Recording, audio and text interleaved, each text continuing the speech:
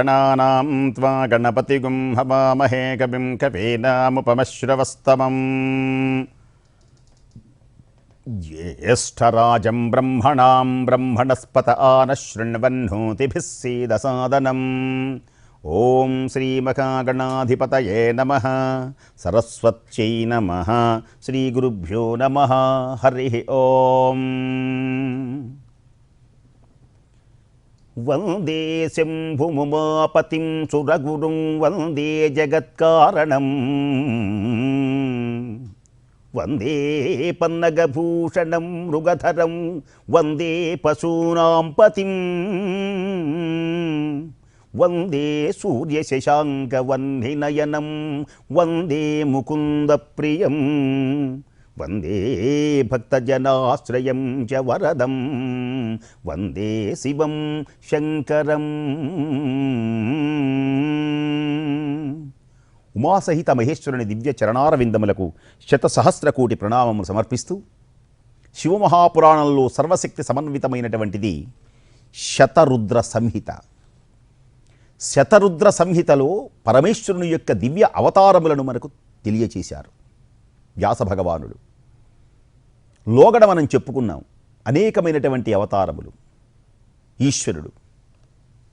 ఇప్పుడు లోగడ ఒక 10 అవతారములు ప్రత్యేకించి చెప్పుకుంటే, రుద్రుడై ఈ భూమిపై అవతరించాడు 11 మందిగా. అందుకనే వీరిని ఏకాదశ రుద్రులు అంటారు. రుద్రాభిషేకం చేసుకో, నీకు శుభం జరుగుతుంది నాయన అంటారు. స్వామి, దరిద్రంతో ఉన్నాను, ఏం చేయాలి? రుద్రాభిషేకం చేసుకోరా భక్త, నీకు శుభములు జరుగుతాయి అంటారు. అయ్యా, నా భార్య నా మాట వినటలేదు, నేనేం చేసేది స్వామి? రుద్రాభిషేకం చేసుకో, భార్యాభర్తల బంధం పెరుగుతుంది. స్వామి, మా అబ్బాయి దుష్ట నక్షత్రంలో పుట్టాడు స్వామి, ఏం చేయాలి? రుద్రాభిషేకం చేసుకో, మన్య సూక్తంతో ఏకాదశ రుద్రాభిషేకం చేసుకో, నీకు శుభములు కలుగుతాయి. ఎవరు స్వామి ఆ రుద్రుడు? ఏకాదశం అంటే ఎన్ని? 11ని ఏకాదశం అంటారు సంస్కృతంలో. 11 మంది రుద్రులు ఉంటారన్నమాట. రుద్రహ అంటే అర్థం ఏమిటి అంటే, సంసారము అని పేరు కలిగినటువంటి దుఃఖము నుండి తరింపచేయువాడు గనక ఆయనకు రుద్రుడు అని పేరు. శివుడు అంటే ఒక అర్థం ఉన్నది. శివుడు అంటే మంగళప్రదం అని అర్థం అన్నమాట. శివం అంటే శుభం అని అర్థం. శివం అంటే మంగళం, శివం అంటే ఆనందం, శివం అంటే మోక్షం. చాలా అర్థాలు ఉన్నాయి శివపదములకు. అందుకనే శివ సంకల్పమస్తు. అలాగే రుద్రపదమునకు అర్థం ఏమిటి అంటే దుఃఖం అన్నమాట. సంసారం అని పేరు కలిగిన దుఃఖం ఉంటుంది. మానవుడందరికీ దుఃఖాలే. ఏసీ గదిలో ఉన్నా దుఃఖమే, అది గుర్తుపెట్టుకోండి. అందమైన మేడలో ఉన్నాడు కదా అనుకుంటాం కొందరిని, చిన్ని పాకాలో ఉన్నాడు కదా అనుకుంటాం, ఈయనకి ఎంత చెట్టుకు అంత గాలి అని. ఎవడెవడి స్థితిని బట్టి వాళ్ళ దుఃఖాలు ఉంటూనే ఉన్నాయి. అయితే సంసారం అనేది ప్రతి వ్యక్తికి ఇది తప్పదు. భార్య పిల్లలు. ఏమిటి దుఃఖం? భర్త వెనక కొందరు, భార్య వెనక కొందరు, పిల్లలు లేక కొందరు, పిల్లలు పుట్టి కొందరు, కొడుకు వెనక కొందరు, కోడలు వెనక కొందరు, ఉద్యోగం రాక మరికొందరు, ఉద్యోగం వస్తే జీతం జాలక మరికొందరు. ఈ రకరకాలైనటువంటి ఏ వ్యక్తిని కదిలించినా జాయా దుఃఖం జరా దుఃఖం. పోనీ ఇవన్నీ ఉంటే కళ్ళు నొప్పులు, కాళ్ళు నొప్పులు, లేస్తే లేనోడు ఈ గోల. ఇదంతా ఉంటే మరొక విశేషం, మానసికమైనటువంటి వ్యథలతో మానవుడు బాధపడుతున్నాడు. ఇన్ని బాధల నుండి తొలగించగలిగినటువంటి వ్యక్తి ఎవరు? మానవుడికి శాశ్వతమైనటువంటి ఆనందాన్ని కలిగేది ఎప్పుడు? ఈ తపించేటువంటి ఆవేదన చెందుతున్నటువంటి ఈ దేహం అనేటువంటి గుండెలో, దేహం అనేటువంటి గుడిలో ఆనందమైనటువంటి గంటలు వినపడేది ఎప్పుడు? దేహములో దేవుడున్నాడని తెలిసినా ఆ దేవదేవుణ్ణి చూడగలిగినటువంటి ఆ మంటలు చల్లారాలిగా. కామక్రోధ లోభ మోహ మాత్సర్యములనేటువంటి మంటలు గుండెలలో మండుతున్నప్పుడు ఆవేదన చెందుతున్నటువంటి ఆ హృదయానికి ఆనందమనేటువంటిది అమృతపు జల్లులు కురిచేది ఎప్పుడు? ఆ గుడిలో ఉన్నటువంటి గంటలు వినపడి ఆనందాన్ని పొందేటువంటిది ఎప్పుడు? ఎప్పుడు ఎప్పుడు ఎప్పుడు అంటే ఎప్పుడో అక్కరలేదు. ఏకాదశ రుద్రుని కనుక మనం విన్నా, ఏకాదశ రుద్రాభిషేకం చేసిన వెంటనే ఆనందాన్ని ప్రసాదించేటువంటి దేవదేవుడు మహానుభావుడు. ఏకదశావారాన్ వై శృణు శంకరాన్ వరాన్ యాన్ శ్రుత్వా నహి బాధ్యేత బాధ్యా సత్యాది సంభవ.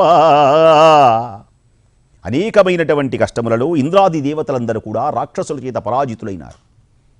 ఎప్పుడు ఈ ఏకాదశి రుద్రుడు ఉద్భవించారు అంటే కశ్యపుడు అని పేరు కలిగిన ఒక ప్రజాపతి ఉన్నాడు.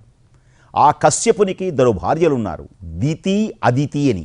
దితికి పుట్టిన వాళ్ళందరూ దైత్యులని, అదితికి పుట్టిన వాళ్ళందరూ ఆదిత్యులని మనకు లోకంలో పురాణంలో తెలియజేశారు.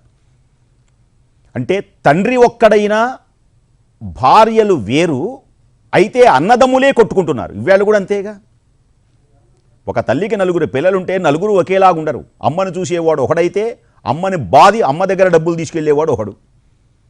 ఒక సోదరుడేమో అమ్మ ఇబ్బందిగా ఉన్నదా, ఈ 500 ఈ 100 రూపాయలు నీ దగ్గర ఉంచమ్మా అని ఒక కొడుకు చెబితే, వీడు వెళ్ళగానే నీ దగ్గర ముసలిదానా నోర్మై దెబ్బకు దస్తావని ఆ 100 రూపాయలు లాక్కుపోయేవాడు ఒకడు. మరి ఒక తల్లికి పుట్టిన వాళ్లే. దేనికని ఈ వ్యత్యాసం ఉంటే ఆ తల్లిదండ్రుల యొక్క పూర్వజన్మ సుకృత ఫల విశేషం. ఆ కలిసేటువంటి సమయంలో వాళ్ళ మానసికమైనటువంటి మనస్సులకు సంబంధించినటువంటి పరిస్థితులు, ఈ పుట్టినటువంటి ఈ బిడ్డ పూర్వజన్మలో చేసుకున్నటువంటి కర్మ ఫలితాలు, ఇవన్నీ మానవుడు అనుభవింపక తప్పదు. ఎందుకని ఇన్ని వ్యత్యాసాలు మానవుడికి కనపడుతూ ఉంటాయి. ప్రహ్లాదుడు దేనికని మంచివాడై పుట్టాడు. ఆ ప్రక్కనే ఉన్నటువంటి వాళ్ళ నాన్న హిరణ్యకశ్యపుడు దేనికని అలా పుట్టాడు. ఏ సమయంలో ఎలా ఉండాలో తెలియకపోవటం, అజ్ఞానంతో బాధపడటం. కశ్యపుడు దగ్గరికి వెళ్ళారు అందరూ. రాక్షసుల చేత పీడింపబడినటువంటి వీళ్ళు దేవతలందరూ కశ్యప ప్రజాపతి దగ్గరికి వెళ్ళారు. దుఃఖం దైత్య ప్రపీడితా దేవా జగ్ముస్తే కశ్యపాంతికం. అక్కడికి వెళ్ళి నమస్కరించారు. మేము రాక్షసుల యొక్క బాధలు పడలేకుండా ఉన్నాం, మమ్మల్ని కాపాడు తండ్రి వేడుకున్నారు. దుఃఖం కలిగింది. తనకు జన్మించినటువంటి పిల్లలే ఇన్ని రకాలుగా ఉండడమా, ఒకళ్ళు మంచివాళ్ళై ఒకళ్ళు దుర్మార్గులై ఉండడమా, తండ్రికి బాధ కలుగుతుంది కదా లోకంలో. అలాగే బాధ కలిగింది. ఏం చెయ్యాలి? సరే, ఆపదలు కలిగినప్పుడే కదా మనము ధైర్యము వహింపవలసినటువంటి అవసరం ఉన్నది. ఆపదలందు ధైర్యగుణము, అంచిత సంపదలందు తాల్మీయన్ భూప సభాంతరాళమున పుష్కల వాక్చతురత్వం. ఇప్పుడు దుఃఖం కలిగింది. ఈ దుఃఖాన్ని పోగొట్టగలిగినటువంటి వ్యక్తి ఎవరు అనుకున్నాడు మహానుభావుడు. శాంతమైనటువంటి మనస్సును ఏర్పరచుకొని ధైర్యం తన మనస్సుకు చెప్పుకొని ఓదార్చి మిక్కిలిగా విశ్వేశ్వరునికి నిలయమైనటువంటి పుణ్యప్రదేశమునకు కాశీ వెళ్ళారు. ఆనంద పారవస్యంతో హే చంద్రచూడ మదనాంతకాశూలపాణే స్థానో గిరీశ గిరిజేశ మహేశ శంభో హే పార్వతీ హృదయ వల్లభా చంద్రమౌళే భూతాతిపా ప్రమథనాథ. మహానుభావ నన్ను కాపాడు, విశ్వేశ్వర వేడుకున్నాడు. గంగానదిలో స్నానం చేశాడు. పవిత్రమైనటువంటి గంగ. పార్వతీ సమేధుడైనటువంటి విశ్వేశ్వర ప్రభువును యథాశక్తిగా భక్తితో పూజించాడాయన. విశ్వేశ్వరం సమానర్చం సాంబం సర్వేశ్వరం ప్రభుం శివలింగం సుతాప్య చకార విపులం తపః. శివలింగమును చక్కగా స్థాపించుకున్నాడు. శివలింగమునకు అభిషేకం చేశాడు. ఓం నిధనపతయే నమః, ఓం నిధనపతాంతికాయ నమః, ఓం ఊర్ధ్వాయ నమః, ఓం ఊర్ధ్వలింగాయ నమః, ఓం హిరణ్యాయ నమః, ఓం హిరణ్యలింగాయ నమః, ఓం సువర్ణాయ నమః, ఓం సువర్ణలింగాయ నమః, ఓం దివ్యాయ నమః, ఓం దివ్యలింగాయ నమః, ఓం భవాయ నమః, ఓం భవలింగాయ నమః, ఓం శర్వాయ నమః, ఓం శర్వలింగాయ నమః, ఓం శివాయ నమః, ఓం శివలింగాయ నమః, ఓం జ్వలాయ నమః, ఓం జ్వలలింగాయ నమః, ఓం ఆత్మాయ నమః, ఓం ఆత్మలింగాయ నమః, ఓం పరమాయ నమః, ఓం పరమలింగాయ నమః. ఏతత్ సోమస్య సూర్యస్య సర్వలింగగుస్థాపయతి పాణిమంత్రం పవిత్రం. విస్తృతమైనటువంటి తపస్సు చేసి శివలింగ అర్చన చేశాడు కశ్యపుడు. మహాన్ కాలో వ్యతీయాయ తపస్తస్య మునే శివపాదాంబుజాసక్త మనసో ధైర్యశాలినః. శివనామము ఎప్పుడైతే పలికాడో మనస్సుకు ధైర్యం కలిగింది. పరమేశ్వరుని గురించి ఘోరమైనటువంటి తపస్సు చేశాడు, ఆనందించాడు. దీనజన శరణ్యుడు, ఆపద్బాంధవుడు, భక్త వశంకర శంకరుడు మహానుభావుడు ప్రత్యక్షమైనాడు. ప్రసన్నుడైనాడు. పాదముల మీద పడ్డాడు, నమస్కరించాడు కశ్యపుడు. ఈశ్వరుని యొక్క పరిపూర్ణమైనటువంటి అనుగ్రహం వరములు కావాలి అని జోడించాడు, స్తుతించాడు. దేవా, దేవదేవా, ఈ దీనుని కాపాడడానికి నీవు ప్రత్యక్షమైనావా స్వామి, ఈ అల్పుణ్ణి కాపాడడానికి ప్రత్యక్షమైనావా స్వామి. నీ అపారమైనటువంటి కృపా కటాక్ష వీక్షణములను నేను ఏమని వర్ణింపగలను, నీ దయను నేను ఏమని చేయగలను. దేవదేవ మహామహేశాన, దేవదేవ మహేశాన, శరణాగత వత్సల సర్వేశ్వర పరమాత్మా త్వం ధ్యానగమ్యో అద్వయోన్వయ. ఓ దేవదేవా, మహాదేవా, శరణాగత వత్సల, నీవే సర్వేశ్వరుడవు, నీవే పరమాత్మవు, ధ్యానము చేతనే పొందగలిగినటువంటి సకల పుణ్యములను రభింపచేయగలిగిన అద్వితీయుడవు, వినాశనము లేనటువంటి వాడివి. బల నిగ్రహ కర్తాత్వం మహేశ్వర సతాం గతి, దీనబంధుర్దయా సింధు భక్త రక్షణ దక్ష. నీవు భక్తులను రక్షించుటలో దక్షత కలిగినటువంటి వాడవు నీవు, రాక్షసుల యొక్క బలమును అణచగలిగినటువంటి వాడవు నీవు, దీనజన బాంధవుడవు నీవు, దయారస సముద్రుడమైనటువంటి నీకు భక్తులందరూ కూడా మ్రోకరిల్లుతున్నాడు. మమ్మల్ని రక్షించు అని ప్రార్థిస్తున్నారు స్వామి. రక్షించడంలో సమర్థమైనటువంటి వ్యక్తివి నీవు తప్ప ఎవడున్నాడు. కనుక బల నిగ్రహకర్తాత్వం మహేశ్వర సతాం గతి, దీనబంధ దయా సింధు భక్త రక్షణ దక్షధీ. ఈ దేవతలందరూ నీకు మొరబెట్టుకుంటున్నారు. విశేషించి నీ భక్తులమైనటువంటి మేము నీకు మ్రోకరిల్లుతున్నాము. రాక్షసుల యొక్క బలం పెరిగిపోయింది స్వామి. దేవతలు హాహాకారాలు చేస్తున్నారు స్వామి. ఇంద్రుని యొక్క ఇల్లాలైనటువంటి శచీదేవి అడవులకు పట్టి ఏడుస్తున్నది స్వామి. అమరలోకమును పాలింపి సకల సూక్ష్మములు పొందవలసినటువంటి దేవేంద్రుడి ఇవాళ అనాథడైపోయి అరణ్యముల పాలైనారు.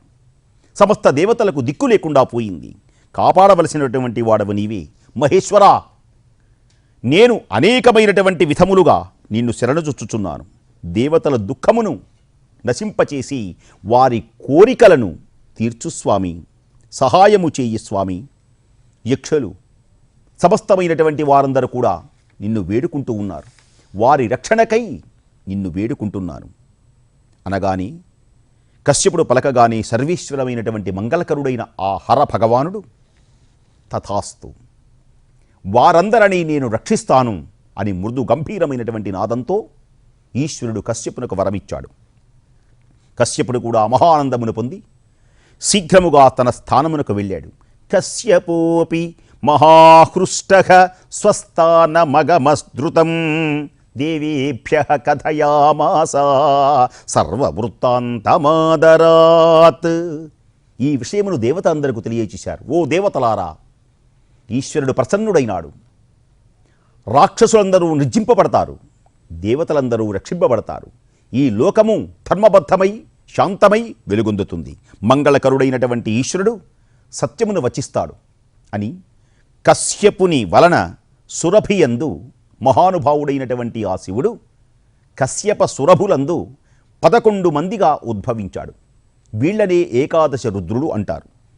సురభియందు పుట్టారు గనక సురభి తనయులు అని కూడా అంటారు. వీరు ఎవరు అంటే ఏకాదశ రుద్రులు. వీరి పేరు వింటేనే పాపాలన్నీ పోతాయి. కపాలి, పింగళుడు, భీముడు, విరూపాక్షుడు, విలోహితుడు, శాస్త, అజపాత్, అహిర్బుద్ధుడు, శంభుడు, చండుడు, భవుడు అనేటువంటి పేర్లతో శివస్వరూపమై 11 మంది ఉద్భవించారు. వీళ్ళని ఏకాదశ రుద్రులు అంటారు. దేవకార్యమును కొరకై అవతరించి సుఖమును కలిగించినటువంటి వారు కశ్యప పుత్రులు వీరు. గొప్ప బలపరాక్రమము కలిగినటువంటి వారు వీరు. మహారుద్ర గణముతో ప్రకాశించేటువంటి తేజోమయ రూపంతో ఉన్నటువంటి వారు వీరు. నిర్భయులై సంచరించేటువంటి వారు వీరు.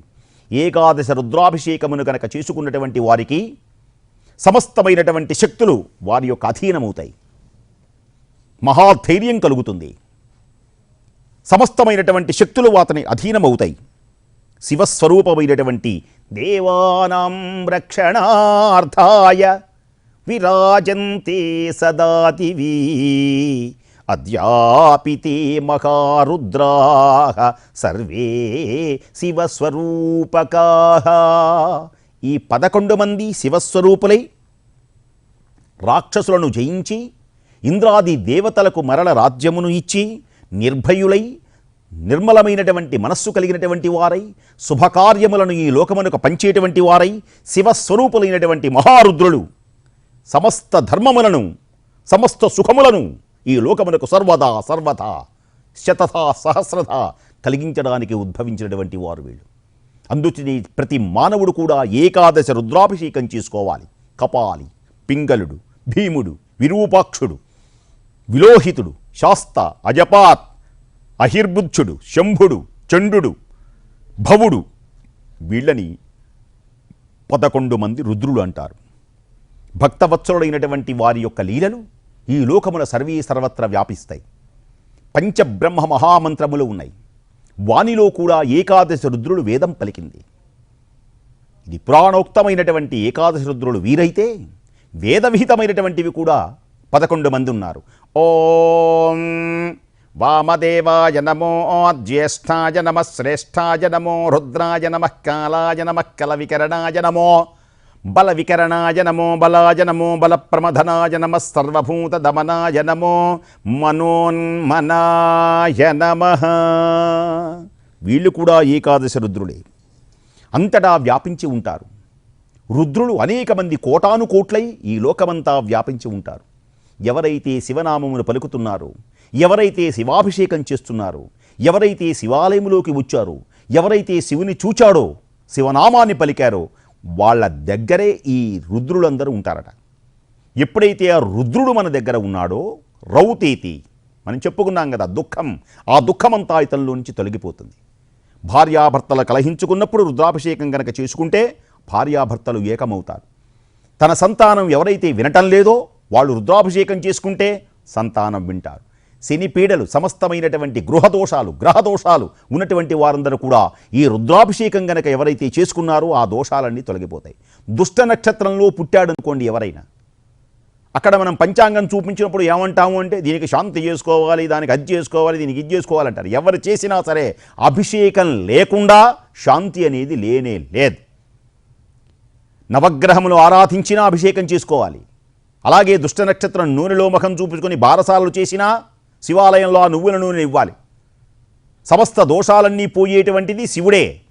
అందుచేతనే ఆ పరమేశ్వరుని యొక్క దివ్యమైనటువంటి ఆలయంలో ఇలాంటి కార్యక్రమాలన్నీ జరుగుతాయి. ఏకాదశ రుద్రులు వృత్తాంతం పవిత్రమైనటువంటిది, పాపములన్నీ తొలగించగలిగినటువంటిది, ధన్యత చెందించేటువంటిది, కీర్తిని కలిగించేటువంటిది.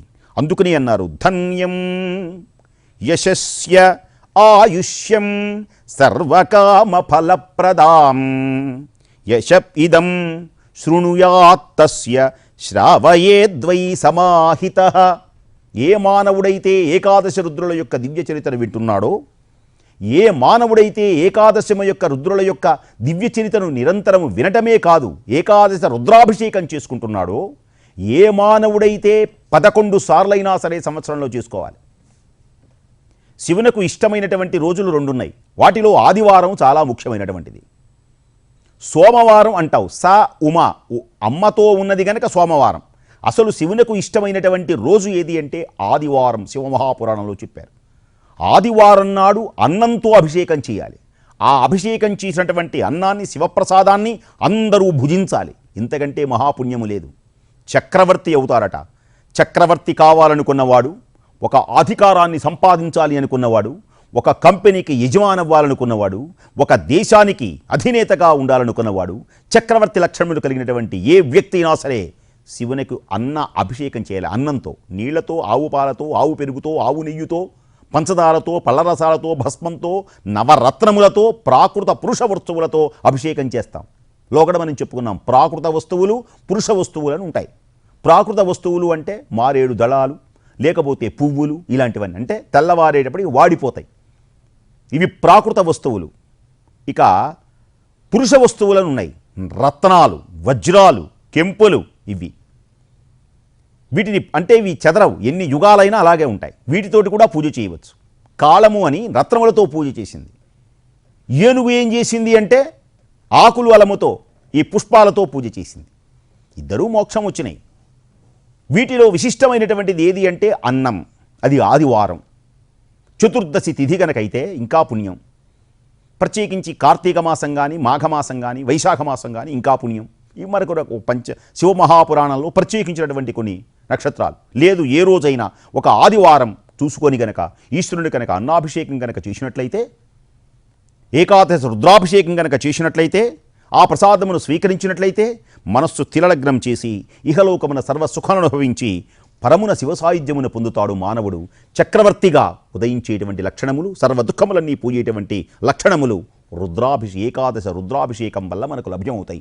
ఇట్టి ఏకాదశ రుద్రులకు 1,000,000 కోటి ప్రణామములు సమర్పిస్తూ ఓం మంగళం, ఓంకార మంగళం, ఓం నమః శివాయ మంగళం, నా మంగళం, నకార మంగళం, నాదబిందు కళాతీత దేవ మంగళం, మా మంగళం, మకార మంగళం, మహిమాన్విత దేవదేవ ఈశ మంగళం, శ్రీమంగళం, సికార మంగళం, సిద్ధబుద్ధయోగదేవ ఈశ మంగళం, వామంగళం, వకార మంగళం, వాదభేదరహిత పరబ్రహ్మ మంగళం, యా మంగళం, యకార మంగళం, యదార్థజ్ఞానస్వరూపాయ దేవ మంగళం, ఓం మంగళం, ఓంకార మంగళం, ఓం నమః శివాయ మంగళం, ఉమాకాంతాయ కాంతాయ కామితార్థప్రదాయిని శ్రీగిరీశాయ దేవాయ